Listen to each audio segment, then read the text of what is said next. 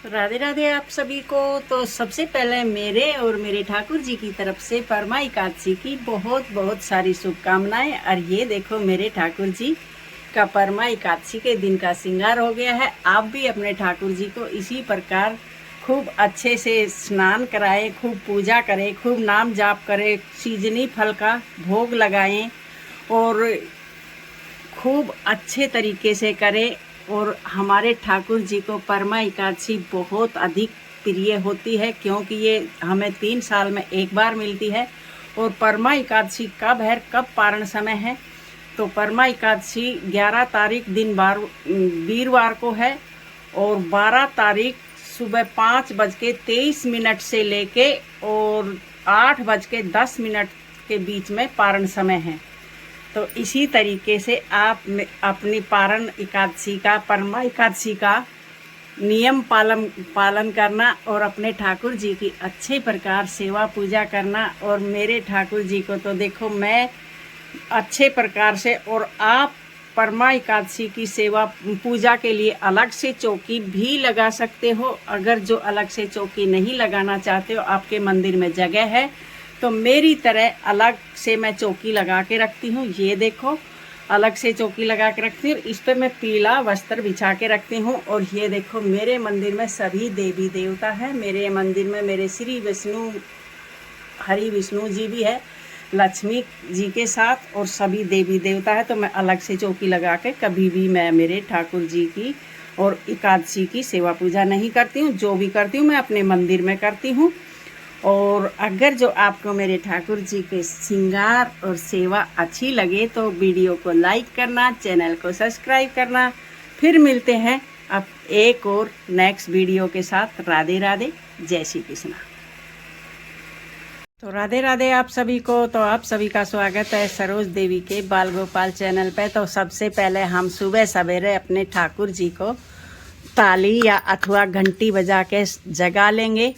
और जगाने के बाद हम, अभी गर्मी का टाइम है, तो गर्मी के टाइम में हम उठते ही जल का भोग लगाएंगे। तो अभी हमारे ठाकुर जी देखो सुबह सवेरे हम उठा लेंगे। और परम एकादशी कल की है, तो परम एकादशी के दिन हम कैसे अपने ठाकुर जी की सेवा पूजा करेंगे वो सब जानेंगे आज की वीडियो में। तो अभी गर्मी का मौसम है, मैं अपने ठाकुर जी के लिए ये देखो मटके में जल भर के रखती हूँ। और इस मटके के अंदर ही तुलसी पात्र डाल के रखती हूँ, क्योंकि हम अपने ठाकुर जी को बिना तुलसी पात्र के कोई भी भोग नहीं लगा सकते। और मटके का पानी ठंडा ठंडा पानी होता है, और मैं मेरे ठाकुर जी के लिए मटके में ही जल भर के रखती हूँ। और अभी हम अपने ठाकुर जी को जल का भोग लगा देंगे। और इतने मेरे ठाकुर जी जल ग्रहण करते हैं, इतने मैं कर लेती हूँ इनकी स्नान की तैयारी। तो अभी ये हमने अपने ठाकुर जी को जल में फूल डाल दिए हैं, गंगा जल डाल दिया है, इत्र डाल दिया है, और अपने ठाकुर जी को सभी को विराजमान कर दिया है। क्योंकि गर्मी का मौसम है, बहुत अधिक गर्मी है, तो फूलों से हमारे ठाकुर जी को ठंडक प्रदान होती है। इसलिए फूलों से ज़रूर, पानी में फूल ज़रूर डालने चाहिए। इत्र और गुलाब जल ये हमारे ठाकुर जी को ठंडक प्रदान करते हैं। तो अभी हम देखो एकादशी के दिन हमारे ठाकुर जी की एक अलग से सेवा होती है, और बहुत ही हमारे ठाकुर जी को प्रिय होती है। और ऊपर से ये अधिक मास की एकादशी है, परम एकादशी हमारे श्री विष्णु भगवान को सबसे अति प्रिय है। तो इसलिए हम अपने ठाकुर जी का विशेष स्नान कराएंगे। तो उस दिन एकादशी के दिन आप अपने ठाकुर जी का पंचामृत से, कच्चे दूध से या गंगा जल डाल के अपने जल में अपने ठाकुर जी को अच्छे से स्नान कराएं। तो इस तरीके से मैं मेरे ठाकुर जी को पंचामृत से स्नान करा रही हूँ। तो मैं तो मेरे ठाकुर जी को देखो पंचामृत से स्नान करवाती हूँ। आप किस चीज़ से करवाते हो वो सब अपने भाव पर डिपेंड करता है। और अच्छे से मसल के, और ये परम एकादशी हमें 3 साल में एक बार मिलती है, तो इसलिए हमारे ठाकुर जी को सबसे ज़्यादा प्रिय है ये परम एकादशी। परम एकादशी हमें 3 साल में एक बार मिलती है, तो ये हमारे श्री विष्णु जी को सबसे अति प्रिय होती है। जब से हमारे श्री विष्णु जी ने अपना नाम दिया है, जब से ये अधिक मास सबसे ज़्यादा प्रिय हो गया है। क्योंकि पहले जैसे पहले ये अधिक मास आता था, इसको लोंद का महीना भी बोलते हैं, अधिक मास भी बोलते हैं, और अलग अलग जगह पर अलग अलग नामों से जाना जाता है। तो हमारे यहाँ अधिक महीना भी बोलते हैं, अधिक मास भी बोलते हैं, और लोंद का महीना भी बोलते हैं।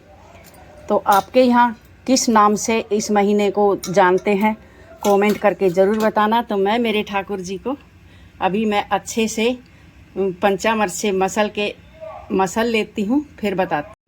पता है हमारे ठाकुर जी को पंचामृत से स्नान किस लिए प्रिय है? क्योंकि ये पंचामृत से स्नान करते हैं तो पंचामृत खाए भी जाते हैं और स्नान भी करते रहते हैं। तो इस प्रकार आपके पास दक्षिणावर्ती शंख हो तो बात अलग ही है कुछ, क्योंकि हमारे ठाकुर जी को दक्षिणावर्ती शंख भी बहुत ज़्यादा प्रिय है। हमारी विष्णु भगवान को सबसे ज़्यादा प्रिय होता है। तो ये हमारे विष्णु भगवान का ही बाल रूप है। तो इसलिए मैं मेरे ठाकुर जी को दक्षिणावर्ती शंख से स्नान करवाती हूँ। और अभी मेरे बातों में मेरे ठाकुर जी का हो गया है स्नान, और अभी मैं कर देती हूँ मेरे ठाकुर जी को तैयार। ये मेरे ठाकुर जी का ही टावल है। मैंने मेरे ठाकुर जी का कई टावल ले रखे हैं, तो ये मेरे ठाकुर जी का ही टावल है। अच्छे से हम मेरे ठाकुर जी का अंग पोषण करके और वस्त्र धारण करा देंगे, क्योंकि जहाँ भी हमारे ठाकुर जी पे पानी रह जाता है वहीं से हमारे ठाकुर जी काले पड़ने शुरू हो जाते हैं। तो इसलिए अपने ठाकुर जी को अच्छे से स्नान करवा के अच्छे से अंग पोषण ज़रूर करें। तो एकादशी के दिन बताते हैं अपने ठाकुर जी को पीले वस्त्र धारण कराएं। अगर जो आपके पास पीले वस्त्र नहीं हैं तो आप कोई भी कलर धोए हुए साफ सुथरे वस्त्र धारण करवा सकते हो, और अच्छे से अपने ठाकुर जी की सेवा पूजा करें, खूब अच्छे से नाम जाप करें। एकादशी के दिन, एकादशी हमारे ठाकुर जी को अति प्रिय होती है, इसलिए सबसे ज़्यादा हमने सेवा पूजा अपने ठाकुर जी की एकादशी के दिन करनी चाहिए। और अगर जो आप एकादशी का व्रत रख रहे हो तो सबसे अच्छी बात है। अगर जो व्रत नहीं रख रहे हो तो नियम पालन भी कर लोगे तो भी हमें फल प्राप्त हो जाता है। तो इस प्रकार में मेरे ठाकुर जी का श्रृंगार हो गया है, और मैं गर्मी में ज़्यादा हैवी श्रृंगार नहीं करती हूँ। और ये तुलसी माला मैं इसलिए धारण करा के रखती हूँ, कभी मैं भोग में तुलसी पत्ता डालना भूल जाती हूँ तो मेरे ठाकुर जी के पास तुलसी माला होती है तो हमें दोष नहीं लगता है। तो अभी चलो मेरे ठाकुर जी की बातों में स्नान श्रृंगार सब हो गया है, अभी कर लेते हैं हम पूजा की तैयारी।